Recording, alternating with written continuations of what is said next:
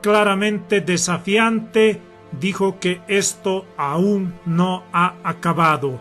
Pero a ver, escuchemos a continuación el mensaje de Netanyahu y así también las repercusiones y el análisis. El primer ministro de Israel, Benjamín Netanyahu, advirtió que la ofensiva de su país en la Franja de Gaza no ha terminado. Ellos atacaron nuestra capital, lanzaron cohetes hacia nuestras ciudades. Ellos están pagando y continuarán pagando caro por eso. Aún no ha terminado.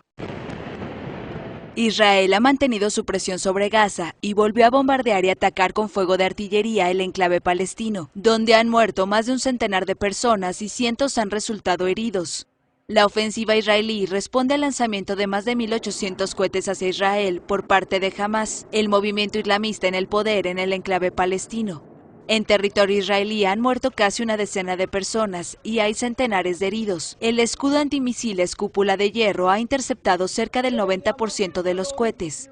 Al conflicto con Hamas se suman enfrentamientos intercomunitarios en varias ciudades mixtas de Israel desde el martes. Cerca de 1.000 miembros de la Policía de Fronteras han reforzado las ciudades, donde más de 400 personas, judías y árabes, fueron detenidas en los últimos 3 días.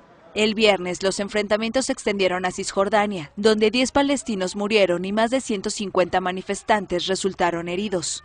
Yo creo que estamos frente a una espiral de violencia que es recurrente. Lo hemos visto con periodos intermedios de 2 a 4 años.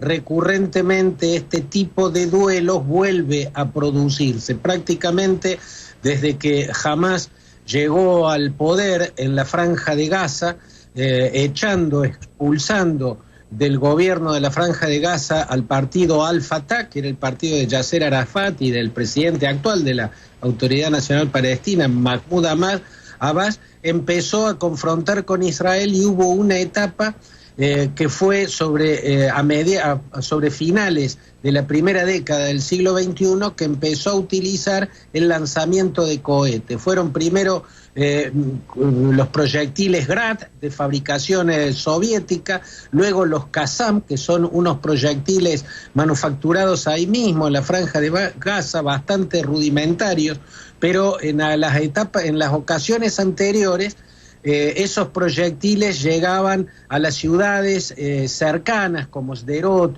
como Ashkelon, que están no muy lejos de la Franja de Gaza, o a las aldeas y los kibbutz, que también están cerca de la Franja de Gaza. Ahora estamos viendo una capacidad mucho mejor, un sistema de lanzamiento más sofisticado, porque pueden lanzar cantidades antes no alcanzadas, y pueden llegar a distancias mucho mayores. Están llegando a ciudades como Lod, como Tel Aviv, como Jerusalén, o sea, a la franja central del mapa de Israel, y esto es una novedad. En este duelo, que es un hecho recurrente, aparece esta novedad que abre una expectativa diferente. Por eso es difícil saber en qué momento terminará esto. Yo supongo que cuando empiece a decaer la cantidad de proyectiles que le queden a Hamas para seguir disparando, ¿no? Bueno, a mí me da siempre la impresión de que la estrategia de Hamas,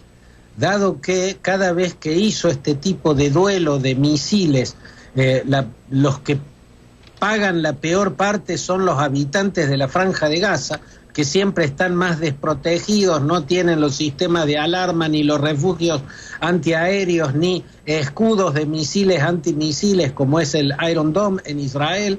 Entonces da la impresión de que en definitiva la estrategia de Hamas, cada vez que que inicia este tipo de confrontación, es dañar la imagen internacional de Israel, lanzando a la dimensión de la opinión pública mundial las imágenes de la destrucción en la propia Franja de Gaza, las cifras de muertos en la propia Franja de Gaza, porque es mucho menos el daño que jamás le puede causar a los israelíes, que tienen la sociedad más organizada, con refugios antiaéreos, con sistemas de radares muy sofisticados que detectan la salida del misil y hacia dónde está apuntado, qué alcance va a tener, y hacen sonar la alarma en el barrio de la ciudad o de la aldea hacia donde está yendo ese misil. Evidentemente siempre la peor parte la lleva el pueblo de Gaza, no Hamás. Yo creo que el pueblo de Gaza es víctima de Hamás, que lo usa en este tipo de enfrentamiento para dañar la imagen de Israel en la dimensión de la opinión pública internacional. Y en este caso creo que vio una oportunidad en una serie de tensiones que estaban dándose en Jerusalén Este a partir del fallo de un tribunal hace muchos meses, un tribunal de primera instancia que desalojó 6 familias israelíes y de un barrio del este de Jerusalén.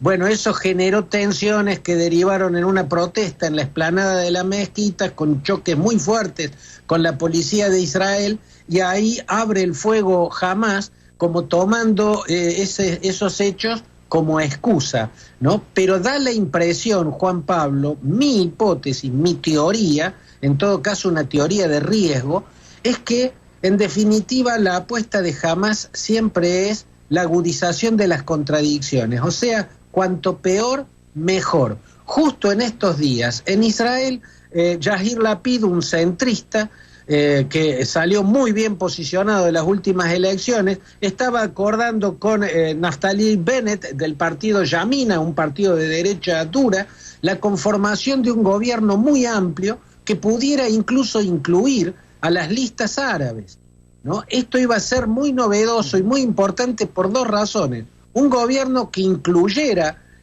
un componente árabe y a la vez el fin de la era Netanyahu, el fin a 15 años de poder ininterrumpido. Justo en este momento se produce este hecho que daría la impresión puede impactar negativamente en los esfuerzos de Lapid y Bennett para entenderse y para conformar un gobierno amplio que incluyera las listas árabes. Yo pienso que por lo menos el objetivo de incluir a los partidos árabes se podría estar frustrando precisamente por esta ofensiva que inició Hamás y que está respondiendo Israel con la contundencia que lo hace siempre que se inician este tipo de confrontaciones. Yo creo que Trump indudablemente estaría haciendo más gesticulaciones, pero no cambiaría sustancialmente la situación. Yo no creo que Joe Biden vaya a abandonar a Israel ni nada que se le parezca